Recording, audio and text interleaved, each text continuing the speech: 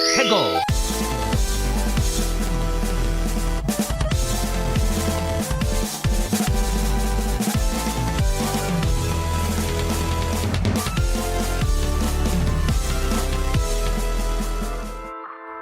Hello and welcome to another episode of Ferret 64 with me, your host, Yemmy the Ferret. Hope everyone's doing great or well or good enough this past week or weekend, whatever you're listening to this. Ferret 64 is, of course, the one-stop shop for video game news, reviews, coming soon, news, and so much more. We're getting back to a normal schedule now, but my streaming schedule is still a little bit messed up, and it probably will be for a little while.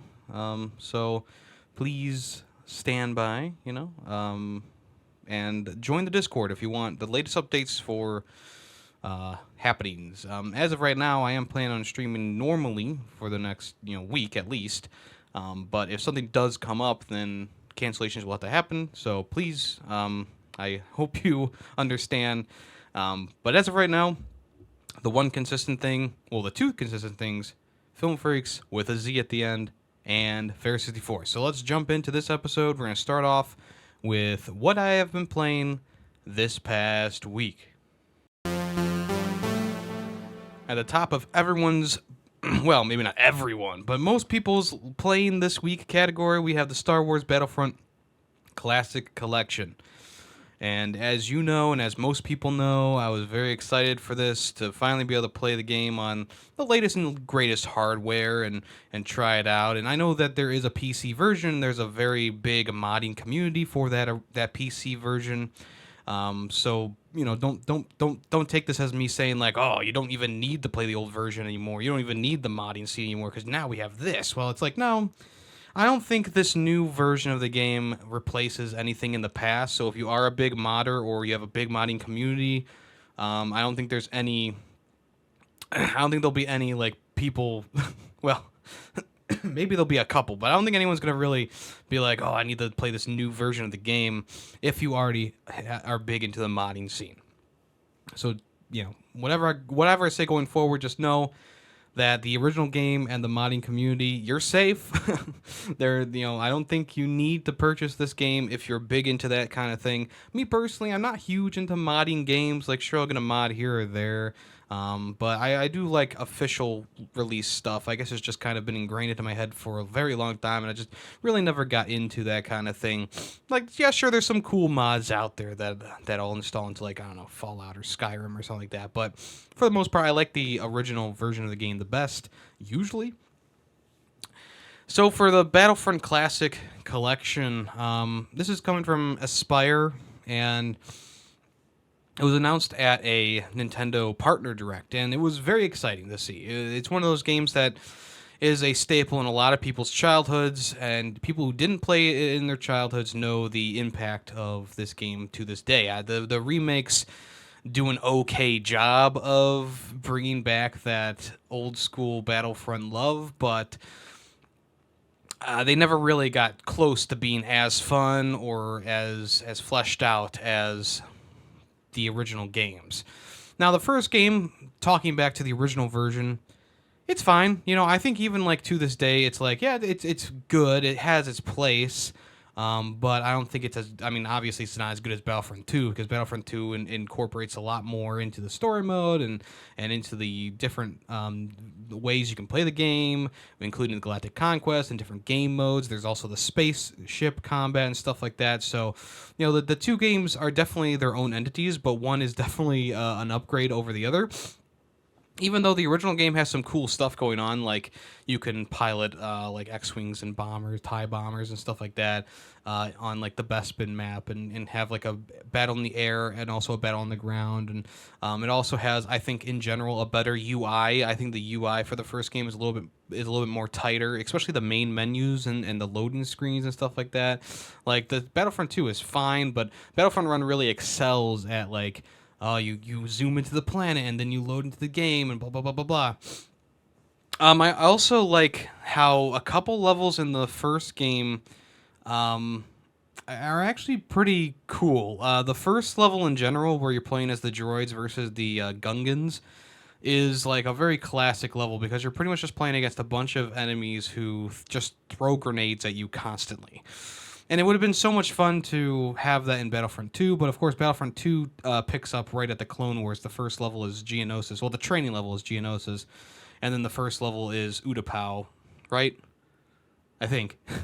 Sometimes I get the names confused a little bit. But then you kind of go from there. And let's talk about the Classic Collection, because I think most of you already know the gist of the Battlefront games in general. They're Star Wars themed. The second game allows you to play as heroes. The first game has heroes, but they're just AI controlled. The second game has a fleshed out story mode. Blah blah blah blah blah. There's been a lot of tension around the re-release of these games, mainly because they're not really working too well. And these are games that have been around for a decade more plus, you know. And you would think that this would be a total layup, you know. This would be like an easy 3-pointer, you know, like, hey, re-release the games with the multiplayer, 64-player multiplayer on both games, and boom, bada bing, don't change too much else, release it, you know. That's all they really needed to do. Yeah, sure, upscale some things, but for the most part, the games look fine for whatever. So I don't know how they fucked this up so much. Originally, when I started playing the game, I was playing on PC. I have it both on PC and PlayStation. And I was playing on PC, and I started up the first game because I was like, I might as well play some of the first game, see how it runs, then go over to the second game.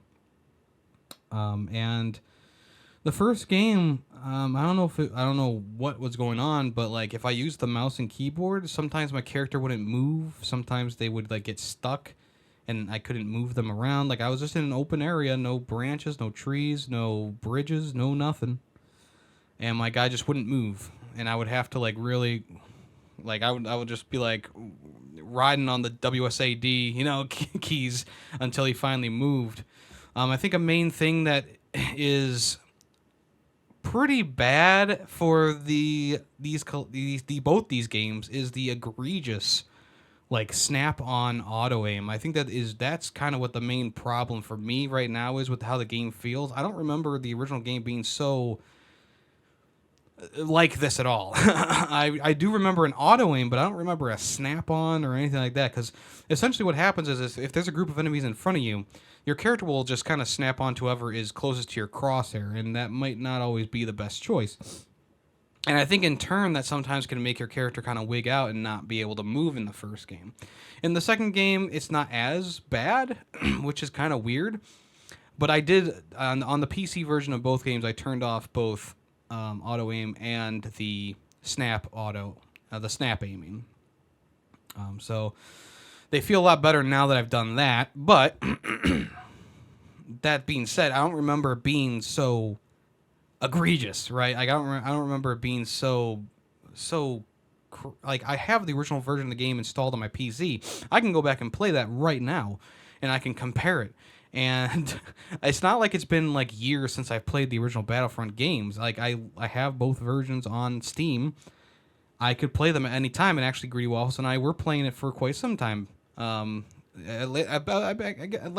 really played it this year, but last year we were playing it a lot because they turned back on the servers for multiplayer, which allows you to, make private matches and play with other people, or make public matches and play with other people too. So, yeah. The other thing that's a bit awkward about talking about this game is the fact that there was a strict pre-release embargo on reviewers. I believe it was like the day that the game came out that you could actually upload videos and talk about the game. And the interesting thing is that most reviews, if not all of them, before the game came out fully, were positive. IGN, Push Square, just random people who can get the codes online. Because I don't think that when there was a limited amount of people playing the game, the servers weren't stretched to their maximum. The game was just playing like you think it should. When they put the game online for everyone to play at midnight, They only had 3 servers available for Battlefront 2 and I think Battlefront 1 as well, which means that either you're going to have to wait a long time before being able to join a game, or you're just going to have to play the single player, which, I mean, a lot of these games are like the single player. The second game for sure has a lot of good single player content to it, so it's not like it's a complete waste of time to go and play the single player stuff. For Battlefront 1, it's a bit of a different story because the single player mode is not as good as Battlefront 2, obviously. But even then, when people were joining the games, they were laggy. They had the jittering, rubber banding and stuff like that. And when I played on PC online, I got that a ton. I have both. I have the game on both PS4, PS5, and PC. And I compared the two, and the PC version of the game is pretty scuffed on the multiplayer aspects. Every other aspect is fine, I guess you could say. It's just, it didn't they didn't fuck it up, I guess. But the main thing is that the online on the PC version is just scuffed to all hell. Going over to the PS4, PS5 version, the online works well. That's the funny thing. The online works pretty well, but the console version of the game is so glitchy. I don't understand. I loaded into a map in Jabba's Palace, and as soon as the game actually started, I lost all audio for the game. I could go out and mess around with my my PlayStation dashboard, and it would make noise, and my sound alerts and stuff were working, but as soon as I went into that game, and everything just went silent. And it's just like, why? Like, I never had that happen to me on the original game. There's things about the original game that are still kind of weird. Like sometimes I guess all the time, especially on the PC version, the AI pilots in the space battles would just be able to do like right angles and stuff like that, like be doing 360s, turn around, and you're not supposed to be able to do that at all. Like, so when I loaded up the console and the PC version, that's the first thing that I wanted to check, is to see if the AI could do these bizarre motions. And yes, they can still do all the bizarre motions. They don't do them as often, but when they do them, it's really annoying. And it's just one thing that they could have, probably needed to fix, because it's just one of those things. It's like, okay, why is this happening? They shouldn't be able to do this. The other thing that they didn't fix either was when the frigates get destroyed, their turrets stay there for a little while, and maybe even throughout the rest of the game. Nope, that still happens in both versions of the game. The turrets will stick around every so often. It's a glitch that was in the original game. It's a glitch that's in this game. What are we doing here? Like, I understand, keeping the integrity of the game intact, but you have all the resources, you have all the backing. People, this was the most pre-ordered game on Steam for quite some time. It was the most pre-ordered game on PlayStation, Xbox, Switch for quite some time. You had the funding, you had the people backing you. People wanted this game, and you fumbled it. You really did. You really just went for that 3-pointer and just missed the hoop entirely. Like, the ball went like past the hoop and into the crowd. Like, that's just how bad they fumbled it right now. Because at the core of it all, the games are good, right? But we've always known that the games are good. This is not something new. Like, this is not anything new for me to say that Battlefront 2 is a great game. It's not something new for me to say that Battlefront 1 is a decent game, okay? We've known this since they came out. The problem is that they've done nothing to improve the experience, and actually they've fucked it up even more, which is absolutely insane. The amount of like glitches and things that go wrong on the console version of the single player and on the PC multiplayer version is just unbelievable. It's actually unbelievable.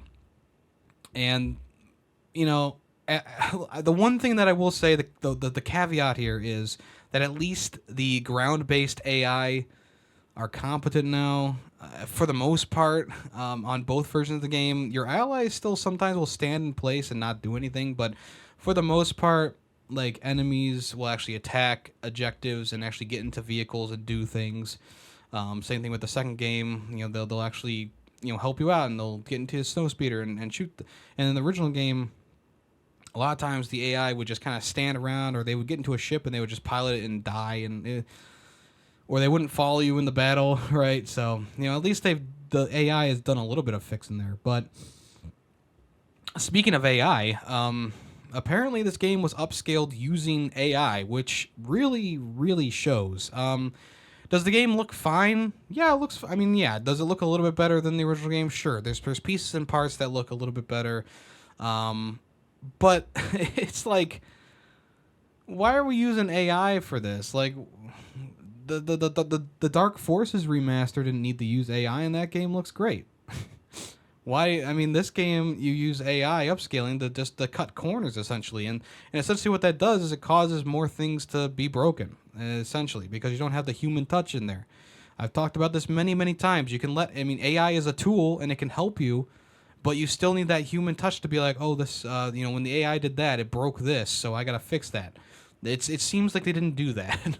It seems like they let the AI kind of do what it wanted to do, and then they were like, okay, that's the game, ship it. Allegedly. I don't want to get in trouble. The other thing that's kind of weird about the game is the draw distance is improved on some maps, but not every map. Like, Kashyyyk is definitely improved. You can actually see all the way down the area to where the droids spawn. Like, you can see the spider walker and the assault tanks, which is nice. In the original games, you couldn't see that. But then another map like Hoth, where it's like, yeah, I get it. Like, you're supposed to have limited distance, visible distance because it's like snowing out or whatever. In the movie, it wasn't snowing, by the way. Just FYI. But why can't, when I'm in the AT-AT, why can't I see farther than like the second base when I'm in the AT-AT? Why when I come out as a snow speeder, why can't I see the AT-ATs in the background? Makes no fucking sense. But in Kashyyyk, they fixed the draw distance. It's like, why are we fixing some things but not all the things? Why are we doing some things here but not doing some things there?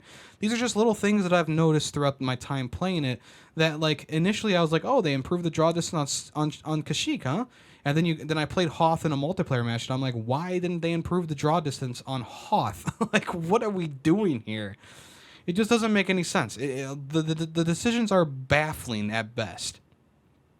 So right now, I'm just like, this update, quote unquote. I've been calling it an HD re-release, kind of like how they did with like Jack and Daxter and stuff in the day. They just kind of did an HD version where it's like, okay, we improved some things, we added trophies, and but the base of the game is intact. That's kind of what this is, except they've fucked it up. So I can't even call it an HD remaster or whatever because more is wrong with it than the original game, which is just so bizarre. Like, I'm genuinely annoyed that they took this this classic game, these two classic games, and they just mucked it up. They really did. And I'm sure that they'll improve it, but it's not a good look, especially because these are the same people who I believe weren't they working on. These are the same people who did the other Star Wars games, right? They did a couple other Star Wars games, and those ones were favorably reviewed. So why did you take this classic collection? I mean, they're called classic games for a reason. They are classics. They are staples of that era. Especially Battlefront 2. It's a staple of the PS2 and original Xbox era. Didn't have a GameCube version. Or did it? No, it didn't. Did it? No, I don't think it did. So, yeah, and once again, it's no surprise that the base games are good games. Like, that's like the bare minimum. Like, we already know that the original two Battlefront games are classics. We already know that they are great games. We already know that Battlefront 2 is a superior version of Battlefront 1. We already know all that. That's nothing new. So what I'm looking for is those improvements to the game that take what was already good and just kind of fix it a little bit. Fix the AI turning in space battles. Fix the turrets still being visible when the frigates are destroyed in space battles. Make sure that the multiplayer is working well, because a lot of people have fond memories of playing the multiplayer back in the day. Make sure that the improvements aren't jarring, like the Snap 2 auto aim being over aggressive, not being able to invert flight controls in Battlefront 1. Why? Why can't I invert the flight controls in Battlefront 1? I can do it in Battlefront 2. I can't do it in Battlefront 1. It makes no sense at all. Why are we improving draw distances on some maps, but not all the maps? Why are we adding some maps to Battlefront 2, but not all the maps from Battlefront 1 to Battlefront 2? Why is it that sometimes the AI is competent and other times they just stand around and do nothing? The whole thing just does not make sense. So wait until this one's fixed. If you're like, I was very excited for this, and it's the easiest fucking dunk that they could ever do. This is the easiest dunk. You're gonna make tons of money. You're gonna have a group of a lot of people who really want to play this game. You're hitting the time frame at the perfect time because everyone like me who played the game back in the day are able to they're able to purchase these games with their own money. They don't have to wait for Christmas. They don't have to wait for whatever. They can just go out and buy it right now. You also have the accessibility of digital storefronts. You don't even need to release it physically anymore. You have everything going for you, and yet you just dropped the fucking ball. How many more sports analogies can I do? You let the glitches hit a home run. I don't know. You were doing you had the perfect pitching game set up, and you let the last guy do a triple home run. So Asper came out on Twitter and said, at launch we experienced critical errors with our network infrastructure. The result was incredibly high ping, matchmaking errors, crashes, and servers not appearing in the browser. Well, they fixed, some of the things. The servers do appear in the browser now, but there still is like that lag, like the lag in the game. There's still rubber banding every so often, which is one of the most annoying things to me personally. Every so often, if you're in a vehicle, you won't be able to hit anything. Like your laser shots will hit the enemy vehicle or an enemy on the ground, but they won't die because your shots aren't counting for some reason. And the fix is to get out of the vehicle and get back into the vehicle, which is just so stupid, So they have fixed a couple things, but I don't think they fully fixed the crashing. I don't think they fully fixed the high ping. I don't think they fully fixed the matchmaking errors. I don't think that they've really touched anything else other than those browsers being appeared in the list of things. So they are working to address the issues with the multiplayer and the stability with the multiplayer, but I guess we'll have to wait and see how they do that, what they do with that. Another thing that was brought to my attention through Twitter was that there's actually a missing cutscene in Battlefront 2, which I have not come across yet throughout my playthrough of the game. But if that is true, if there is a missing cutscene, then that is it's just bizarre. It's another bizarre thing on top of the bizarre things. So as you may or may not know, I bought Helldivers 2 was it last week or so, and yeah, I can admit when I was wrong. I think the game is actually really good. I've been playing it a lot. Me and the group of homies have been playing it a lot. It's a fun game. It's got a fun gameplay loop. So yeah, I was a bit incorrect. I was a bit wrong with my original review. But as I said last week, I think the PlayStation version is inferior to the PC version. I really do. And there's still some things that irk me about Helldivers 2 still. Like, I still don't understand, like, the diving mechanic. I don't know why they would say, like, dive out of the way to dodge things. Especially on harder difficulties, you just get pummeled when you dodge things. So really all I've been doing is running away, even if that little pop-up message appears, right? So, yeah, that's my one thing is, like, okay, if you're fighting a group of enemies, don't dodge out of the way. Just kind of, like, run out of the way. It works better. Or if you have the jetpack, you can actually jump out of the way. But as of right now, I'm like level 15 or something like that. So we've been playing pretty consistently. I've been unlocking the stuff with the requisitions with the medals, which was something that, once again, like I said, they don't really tell you to do these things. I think that the one thing that the Helldivers has really not hit on is just kind of teaching you the basics, right? Like, hey, this is how you get new weapons. Hey, this is how you get new armor. Hey, this is how you equip new stratagrams. This is how you use your research points. They didn't really show you any of that. I think that what they really could have done is when you load into your ship for the first time, give you a little tutorial before you can have people join your game. Be like, hey, check out the requisitions, press R. Hey, check out the thing over here that allows you to buy new stratagrams and allows you to improve your ship. And hey, check out this over here, this is where you equip new things, and this is where you blah blah blah. But essentially what they do is they have you do that training mission where they teach you the very basics of the game, and then they go, okay, you're ready to go, and you load into the ship, and you can pretty much just invite people to your squad right away and go from there. So I think that having a little bit more tutorial to the game would have really improved it. But that being said, that's a very small portion of the game compared to what you can play. Right? I mean, the tutorial is about 15 minutes long out of the, like, I don't even know how long have I played the game on Steam so far. I played about 20 hours of the game so far, so that's the it's not like that big of a deal, but it's still kind of annoying. And for me to have to go and watch a YouTube video or two about the game to really understand the basics is a bit of a detriment to the game itself.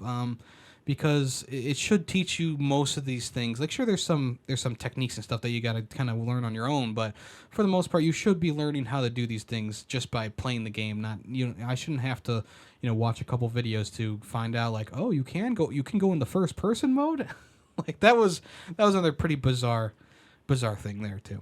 But other than that, it's been really enjoyable. We've been playing mostly on medium difficulty and moving up to challenging every so often when we have a full squad. Or we have, we feel good, I guess. It's just been a good time. There's still some glitches here and there. Like, I still can't add people as a friend through the adding the friends thing in the game, which is just really weird. I really hope they fix that soon, because there's people who play on PS5 that I can't play with because I can't add them as a friend. It's kind of ridiculous. So hopefully they fix that soon. The other thing was, like, sometimes the challenges don't get completed. Like, we had this one where we had to kill 4 chargers, which are these brutes that only can be damaged from the back. And we did missions that had chargers. Like, they were like, hunt down the charger, but they weren't counting for some reason. I don't know. It's very weird. Maybe it's because they were objective chargers and not like just random chargers. That's why. But I don't know. But like I said, I'm having a good time with it. The people that we've had join our squad have been friendly for the most part. We haven't really been griefed or whatever you want to call it, trolled, I guess, which is nice. But of course, there's probably, if there's a will, there's a way. Well, there we will be. So I will talk about Helldivers 2 more in the future, but as of right now, I do say, like, yeah, my original review is a bit dated. I wouldn't take anything from that review to heart. Well, maybe not. I mean, there's still some things, but as I've clarified them here and in the last episode, to make sure that I've updated my podcast thoughts, So there you go. If you want to check it out, I think it's great on PC. I thought it was kind of iffy on PlayStation. It still crashes on PC, but not as often as PlayStation 5. And the crashes have actually been far and few and in between as of right now, so that's been good. So maybe they've done some background stuff. There's constant updates coming out on the PC version, which is nice. I also think the PC version looks a little bit better in general too. So, there you go. I also find the game to play really well with mouse and keyboard. By the way, BTW. All right, I finished Katamari Damacy this past week, and this is the first Katamari Damacy game that I've actually played and finished, and I was very happy. I was very happy with it. I thought it was the right amount of, well, it was a bit obnoxiously goofy at times, but I thought it really, I mean, it's the whole presentation of it that really works well. It's just a very goofy and crazy kind of game. It's just one of those things that's like bizarre and weird and wacky, but it all just kind of works, right? The main gameplay loop is rolling the ball around and picking things up and adding it to your ball and trying to get the biggest ball you can within the time limit in each area that you're in. And eventually you just make a bigger and bigger and bigger and bigger ball, and there you go. You beat the game, right? But there's also some side content to do as well, like trying to make the various different stars and constellations, which was really cool. One of them was like grabbing the biggest cow you can find on the map.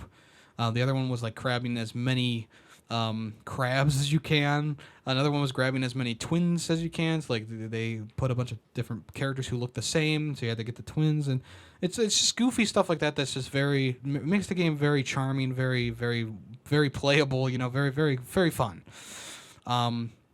And I did play the original version of the game. I have the re-rolled version, so I could check that out and see if it's any better or any worse than the original game. But the original game was good. I really enjoyed it. It was great, actually. I really enjoyed it. It's going to be getting an S tier for sure, 4.5 out of 5. The one thing that kind of annoyed me was turning in the game. I think turning in the game is just kind of weird. I like how the game controls, don't get me wrong, like using both the joysticks to move in directions and whatever, but I felt like turning was a little bit slow, and also like the camera just was fighting you along the way, which did end up hurting me in the long run in some of the ones that were tighter in the time category. But you know, I don't think it's a big enough thing to be like, oh, hate that. It's just kind of annoying every so often when you're trying to do something precise or whatever. So yeah, if you haven't checked out Katamari Damacy, it's a really good game. It's a fantastic game, really. And if you want to check out the re-rolled version, I haven't played it, so you know I can't say if it's good or not. But check it out if you want to. And then I have been playing Command & Conquer Zero Hour, General Zero Hour, which is the sequel to Generals, which I talked about last week. And I haven't finished it yet, but I do want to say Zero Hour is a massive improvement over the original game. The original game is like a 4 out of 5, which is great, and Zero Hour is like a 5 out of 5. I'll talk about more next week, though. So there you go. All right, let's move on to what's in the news. All right, so a gameplay footage and a trailer for a live service Spider-Man game popped up online this past week. Allegedly, these are games that were in production at Insomniac and were canceled. It was one game. It had two different videos, one game. So essentially what the idea was, you would choose your spider person. You could choose from a whole bout of costumes and stuff like that, and you would kind of jump into the multiverse, and you would team up with other people in different versions of New York and beat up thugs and stuff like that. And the gameplay trailer looked pretty good. I'm not going to lie. You know, usually I don't like to watch leaks, but if it's a canceled game, it's like, whatever. You know, it's like, okay, it's not that big of a deal. And the trailer for the game, I mean, it explained it. It laid it all out. It was like, hey, you can team with your friends, fight bad guys, you know, don't go it alone, kind of, you know, whatever. And it looked like the game kind of played like how Spider-Man 2 has, like, you know, sometimes you team up with the other characters in the game to fight some goons. It kind of looked like that, except you could just kind of swing around and web around with your friends throughout the entire city, instead of it just being like, oh, they teamed up with us for this specific fight, you know, and then they left. So it's kind of unfortunate, because I think that in terms of live service games, it definitely had promise to it. I mean, you know, it's one of those games that's you know, even if it is live service, it might have some merit to it. You know, being able to team up and play a Spider-Man game with someone else was what everyone was dreaming for Spider-Man 2, but it didn't happen. And I think that they took that idea and were like, well, let's just flesh it out into like a 4-player brawler, you know, where you could, you know, fight a bunch of thugs in the streets. And I'm guessing that there would have been like raid bosses, kind of like where you fight, like, you know, you fight the Shocker and you fight Green Goblin, you fight whoever, right? I think that, you know, fighting like various bosses in the open world could have been kind of cool too. And they were definitely swinging off of the Spider-Verse aspect of the game. In the one cutscene, they show, you know, the 4 spider people jumping off the roof, and the little Spider-Verse hexagons pop up and they go into one, you know. Which, I mean, yeah, it would have been cool to face off against different variants of villains as well. You know, like you could have like Kingpin have a different ability, you know, than just being like big and strong, you know, just kind of stuff like that. That's very Elseworld or elsewhere, whatever you want to call it. But would have been kind of cool. I think I think it definitely would have been kind of cool. So and I think it was canceled because the latest latest live service games have kind of been flopping. You think all the way back to Gotham Knights and just how kind of mundane and boring that game was. And then you also see like Skull and Bones crashing and burning, which is unfortunate because the bones of the game were good. And then, of course, Suicide Squad Kill the Justice League has been a pretty big failure for WB as well. So I think that PlayStation got some cold feet, and they canceled the project pretty late in development, it seems like. And it's unfortunate because I think that this one definitely had something going on. You know, I think that the Spider-Man gameplay is great. Teaming up with someone else would have been pretty cool. Maybe they'll revisit the idea in the future, but as of right now, seems like it's being shelved, canceled, etc. And you can check out those videos on YouTube. Saber Interactive is splitting from Embracer Group. It's a little bit complicated, though, in how it all worked out, but I think it's a good idea at this point for companies to separate from Embracer Group, seeing as they closed down a ton of studios, including the Time Splitter studio. So Embracer Group is selling off studios now, and Saber Interactive actually is one of the first bigger of the studios to completely break off, and essentially they were sold to another company, Beacon Interactive, which is a holding firm controlled by Saber Interactive's co-founder Matthew Karch. So they essentially bought themselves, essentially. So Saber Interactive will retain ownership of DIGIC, Saber Interactive Studios themselves, Fracture Byte, Mad Head Games, New World Interactive, Nimble Giant Entertainment, Sandbox Strategies, Slipgate Ironworks, and 3D Realms.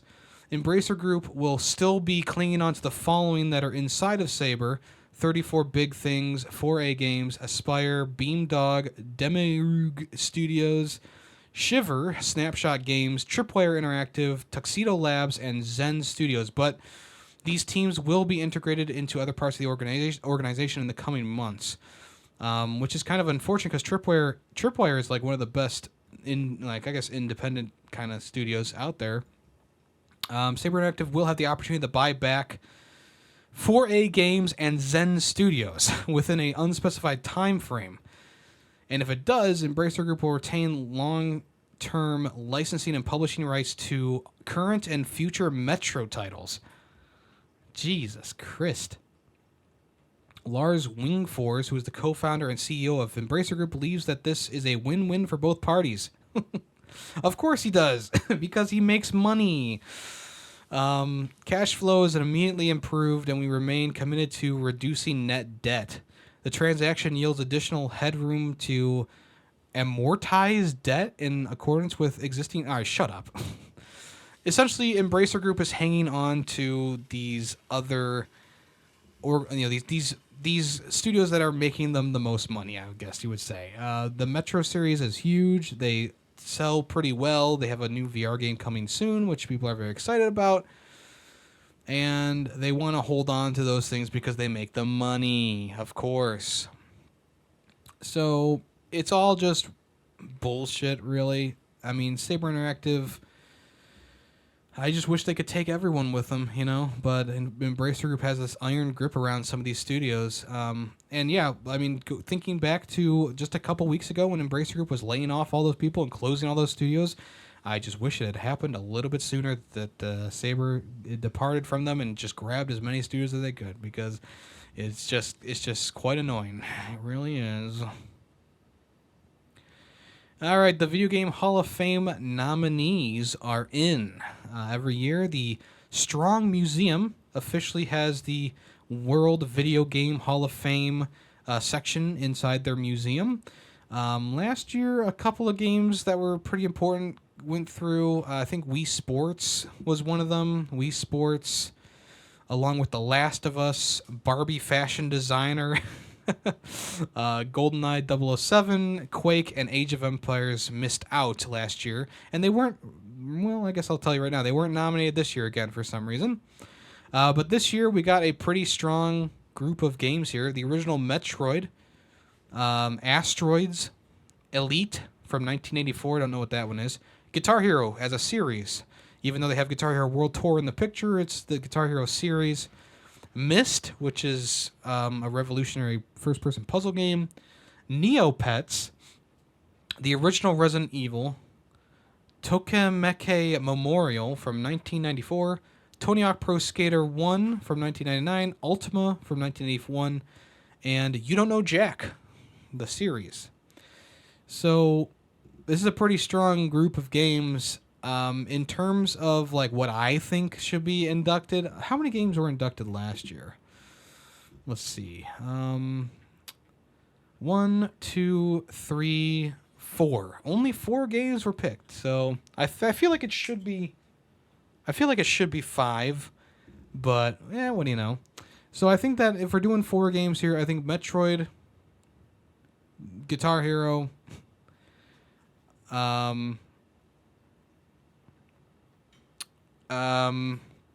Resident Evil, and Tony Hawk Pro Skater.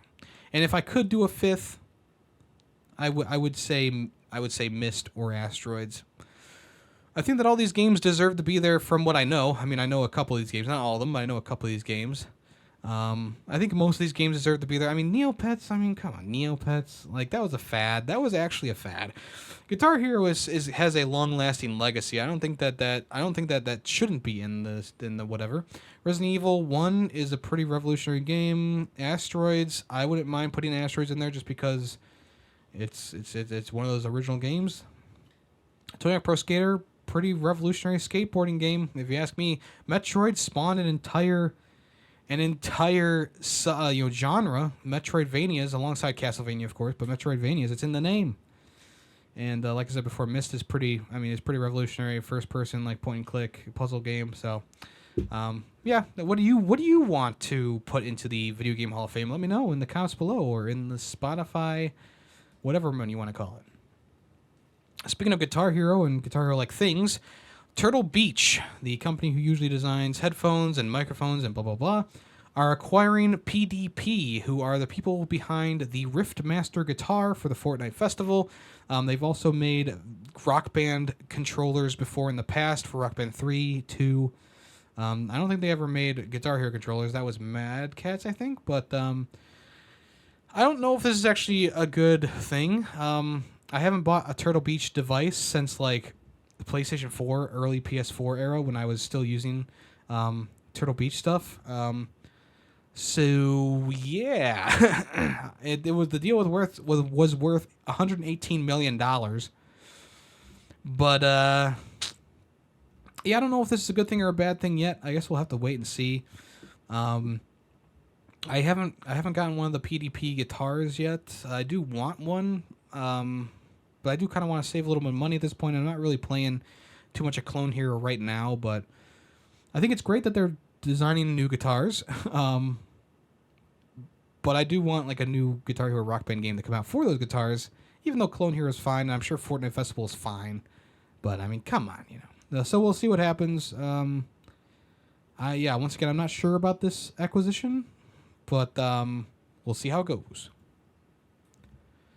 Summer Games Fest officially has a date. Jeff Cayley posted on Twitter that the Summer Games Fest streams are going to be live on Friday, June 7th from the YouTube Theater in Los Angeles, with thousands of in-person fans and millions watching online.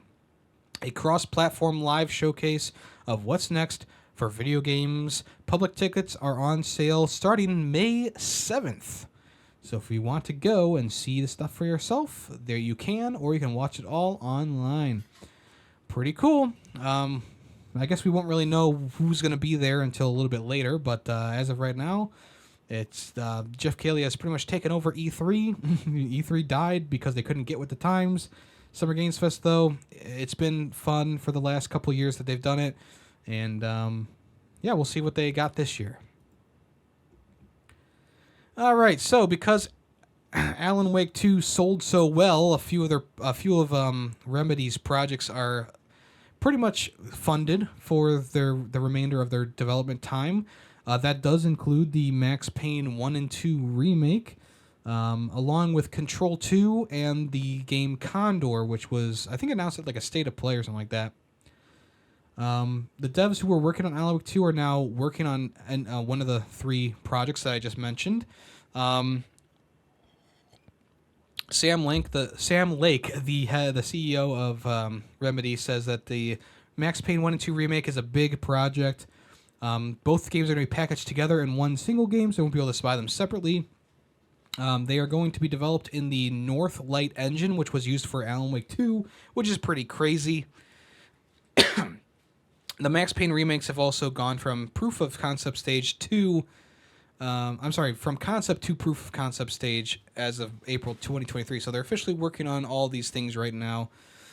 So we'll see if we see any of these games revealed later this year or into next year. I'm sure there will be something at the Game Awards because Remedy and Jeff Keighley are pretty buddy. I think Max Payne being remade in the Alan Wake 2 engine would be pretty cool. The original games, I never played the original 2 games. I played the third one, which was pretty good. I mean, I can't remember a lot about it, but it was pretty good. So we'll see how it goes. And there you go. Persona 3 Reload Episode Aegis is a DLC for the game. It's only going to be available in the expansion pass. You will not be able to buy it separately, at least at release. So you have to pay $35 for the expansion pass to get the DLC for Persona 3 Reload, which is kind of crazy. A representative from the studio said the 3 parts of the expansion pass will not be available separately and only available as part of the full pass, which is kind of bizarre, in my opinion. Yeah, there you go. That's a pretty anti-consumer move. What if I only want to buy one DLC? What if I want to try out the DLC before I invest money into it, like that much money into it? I don't know. This another thing that just doesn't make sense today. The first episode of Aegis will be released in September 2024, with the other ones coming out after that at some point. So there you go. Helldivers 2 officially has a clothing range. You can actually pre-order stuff from the website now. The website is Insert Coin, www.insertcoinclothing.com. They have a couple shirts here, a hoodie, and a pin. The hoodie is going to be about $70. It's got yellow trim to it, yellow laces, and the Helldivers 2 logo as a patch. A t-shirt for $27 has the Helldivers logo. It has also yellow trim on it as well, which is pretty snazzy. The other shirt for the same amount of money has the Super Earth logo on the front, and that's pretty much it. And then the enamel pin is going to be about $7. You can get 3 for $15, and it's pretty much the Super Earth logo again. So if you want to check those out, they are available to pre-order right now on InsertCoinClothing.com. There was a game coming to Xbox Game Pass that has been canceled. Not canceled as in it's canceled entirely, but just canceled to be coming to Xbox Game Pass because of a publisher change. So in a press release, Raw Fury... So the game is no longer being published by Raw Fury. The developer is now self-publishing instead. So instead of it being published by someone, it's being published in-house. The game in question is called Urban Shadow Legacy. In a Twitter post, they said, unfortunately, due to recent changes in our partnership with Raw Fury as our publisher, the release of Urban Shadow Legacy on Xbox and Game Pass on day 1 got canceled. However, please rest assured that we will do our best to bring Urban to Xbox as soon as possible. And they confirmed that's not coming to PC Game Pass either in a separate post. So, there you go. The game is supposed to be launching on April 10th. So, we'll see what happens if it does eventually come to Game Pass or whatever in the future. Let's go ahead and move on to what's coming soon.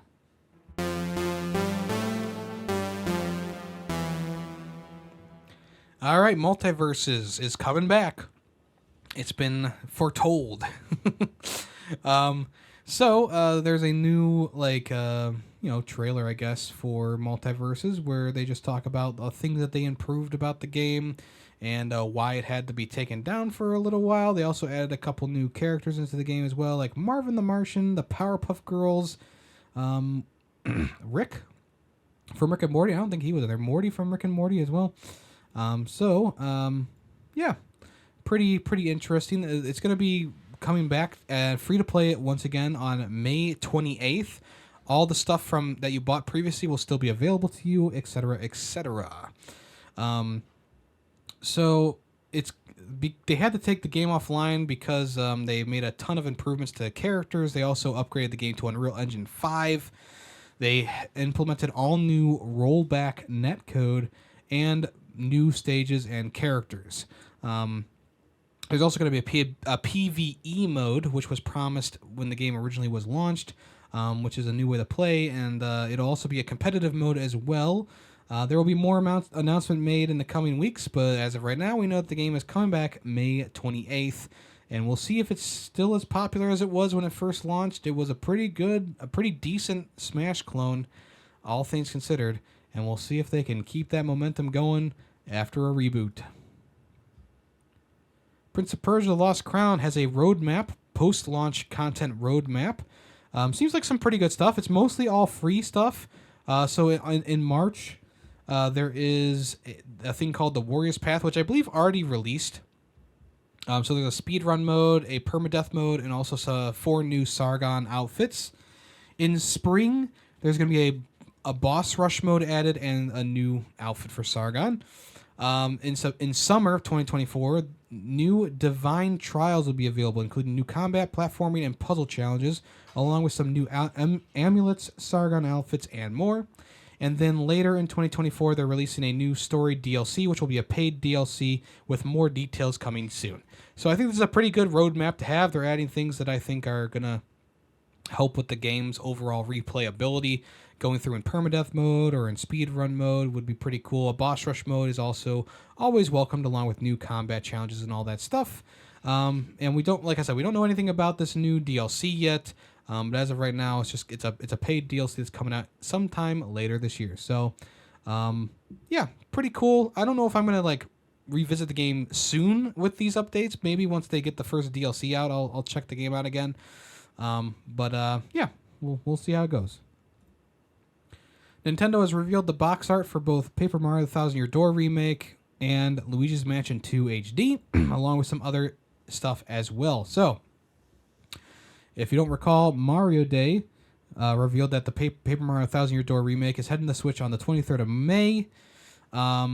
They also revealed later on this past week some new screenshots for the game. And cover, of course, as well. The cover for the game as well. So the cover of the game, it's different from the original game, just FYI. So essentially what it is, it's got the different characters that you can team up with, along with some of the villains and stuff you meet throughout the game in the background, with Mario in the front with his hammer swinging away in the curtains of the play that you play the battle mode on. And then in the foreground, kind of in front of them, is the crowd cheering Mario on. So it's a pretty nice looking cover. It's not too bad at all. And then these screenshots look really good. I recently played this game only a year or so ago, and the improvements to the visuals are very noticeable. And I think that it's going to be a good-looking game. So if you want to check out these screenshots, they are on the Nintendo Japanese website. The Luigi's Mansion 2 HD pre-order bonuses and cover art was revealed as well.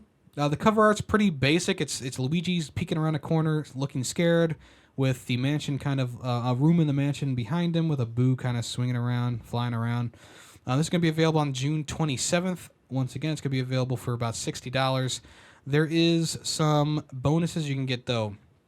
There is a Mighty Fright bundle, which gives you... It's not an amiibo. It's just kind of like a Luigi's figurine. He's using his vacuum and looking scared. And then there's the Spooky Scare Survival Kit, which includes the little statue I was talking about, but it also includes... It includes like a diorama, I guess you could say, like a little diorama with Poochie and Luigi being scared by a ghost. There is a bottle opener with Poochie on it for whatever reason, and there's also a mug with some ghosts on it as well. So if you want to check those out, they'll be available on the different places that you can pre-order. Mainly being the game itself is available on all those different places, but I think these little collector's editions, I guess you could call them, are available on the My Nintendo store only, I believe. All right, Squirrel with a Gun is officially getting a console release. Originally, it was just being teased to be a PC game, but now they are officially releasing it on consoles.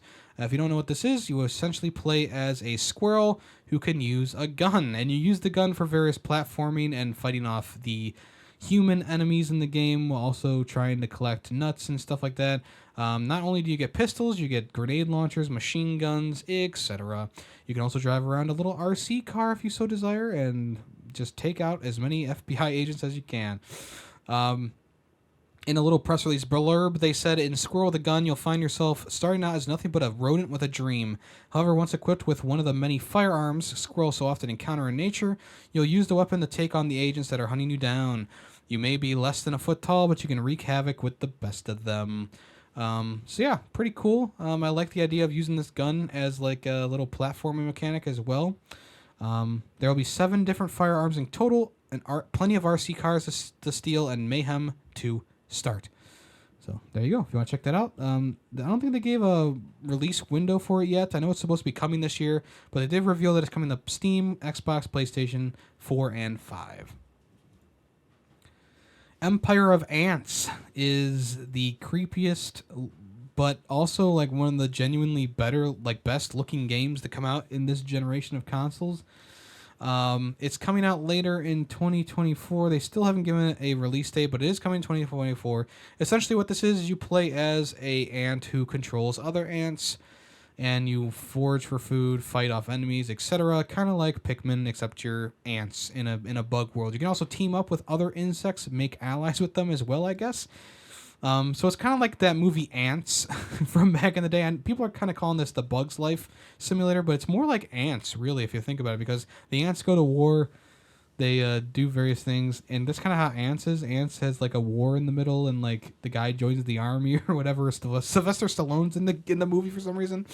But yeah, you'll crawl across microscopic worlds of epic proportions to help a colony prosper through tactical genius. So it's got photorealistic spiders, ants, and stuff in there. If you're not a fan of insects like myself, it's going to be kind of a creepy game to play. But just know that it is a game. Every so often you do feel like that little like tickle of like something might be crawling across my skin. But I think that once I start playing it, I will get used to it, because I am very interested in this game. So we'll see. When it officially gets a release date, I'll let you know. But it is coming sometime in 2024, Empire of Ants.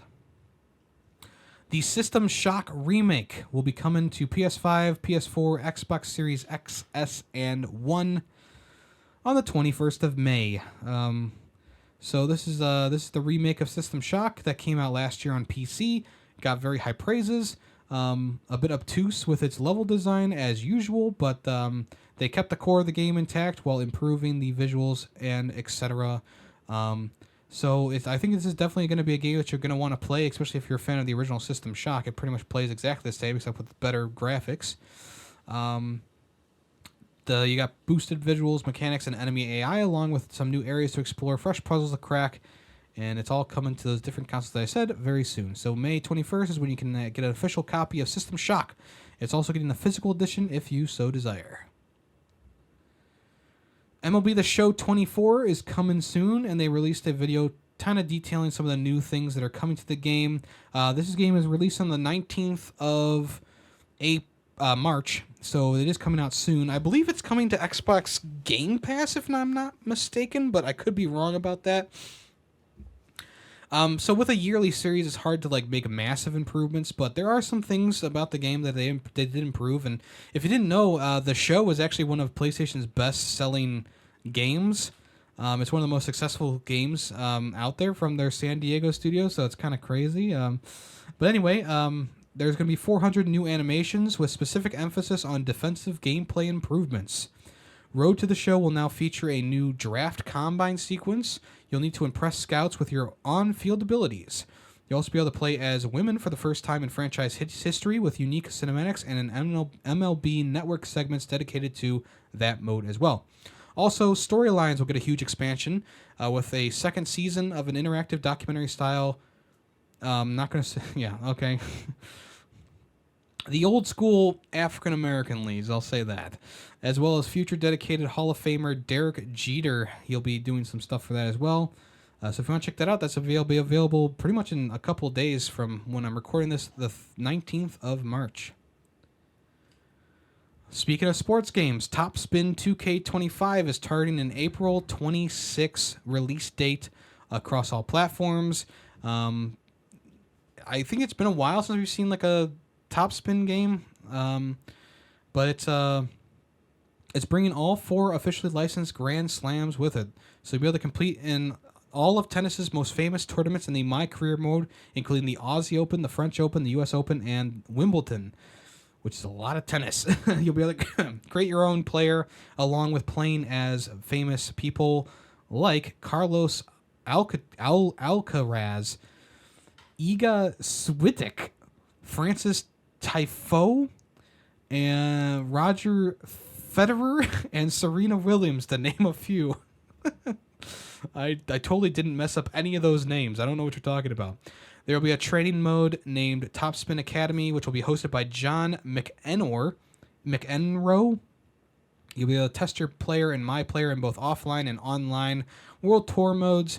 If you pre-order the game today, it'll be bundled with the Under the Lights pack, which includes alternate outfits for Serena Williams and Roger Federer, the Wilson Nightfall Bundle, and Nighttime Majors. The deluxe edition is also going to include additional costumes, a My Player boost and 1,700 VC, which is the in-game currency for the game. So if you want to check that out, there you go.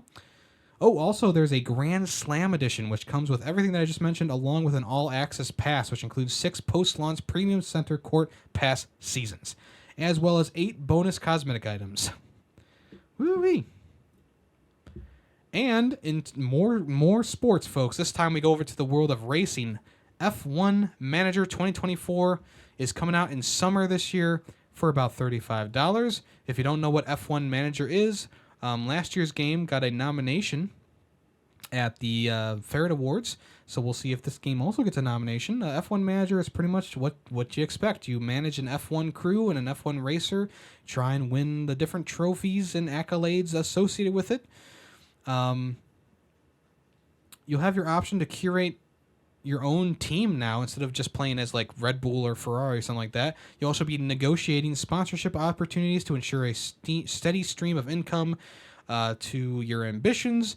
You'll be able to identify up-and-coming talent to add them to your team. In addition to the usual stuff in F1 Manager, there will be a new mentality system which tracks crew members' personalities and demands, which is a part of that GP game I talked about last week, which will give you a chance to shape and fulfill their motivations. Every team strives to be the one lifting the trophy, and rival teams will provide a constant threat to your year-on-year racing with enhanced AI closing the gap between players and their competitors, both on and off the track. So if you want to check out F1 Manager, that's coming in summer 2024. I guess fishing is still a sport too, so we're still going. Moonglow Bay is a new game coming to pretty much all platforms here. It kind of reminds me of like a more cartoony Dredge, where you're not doing the horror aspect, but you're doing just kind of like the fun fishing aspect, I guess. You also have like a camera mode, and you can like go on land as well. But a majority of the game is also, I guess. Wait, hold on. This trailer is just pretty much taking pictures in the town. Discover what lurks beneath. Cast nets, set traps, line, and ice fish. There is fishing in this game. Why didn't they show the fishing in the goddamn trailer? That totally confused me. But essentially, there is a management part of the game where you build up your community, you build up your house, you take pictures with your community, stuff like that. But there's also plenty of fishing. Cook your daily catch or show them off at the local aquarium. Traverse memorable places, including a glacier and sulfur zones with mysterious astral clouds as well. Encounter mythical monsters as well. Hear the stories bask in their myths, and prepare some truly epic encounters. Play together or adventure alone. There is local co-op drop-in, drop-out co-op as well. So if you want to check this out, Moonglow Bay, Perfect Picture Perfect? No, it's just Moonglow Bay. This is coming April 11th. And finally, for the new games coming around, we got My Little Pony, A Zephyr Heights Mystery. The game was just announced. It's coming May 17th, 2024. This will take place in the city of Zephyr Heights. You'll take control of one of the main 6 characters, Sunny, Izzy, Misty, Pip, Zip, and Hitch. You can play in co-op or solo if you want to bring a friend along or not. You'll be going through the main game. There's platforming challenges, mini games to partake in, collectibles to gather, and a bunch of photo opportunities at various intervals. Yeah, it's a My Little Pony game. What do you want? I think in terms of like graphics, I mean, it looks fine. You know, it looks good enough. You know, facial animations, character animations, stuff like that. The main world looks fine. Looks good at least. And that's coming to pretty much every single platform May 17th, 2024. If you want to check this out, if you're a fan of My Little Pony or you have a daughter or a niece or whatever who likes My Little Pony, it might be worth picking up for them. And finally for today, here are 13 new games coming to PlayStation Plus Extra and Premium tiers this week. So starting on March 19th, you can play any of these games if you have these tiers. So the PlayStation Plus Extra tier, NBA 2K24, Marvel's Midnight Suns, Resident Evil 3, Lego DC Supervillains, Mystic Pillars Remastered, Blood Bowl 3, Super Neptunia RPG, and Dragon Ball Z Kakarot will all be available.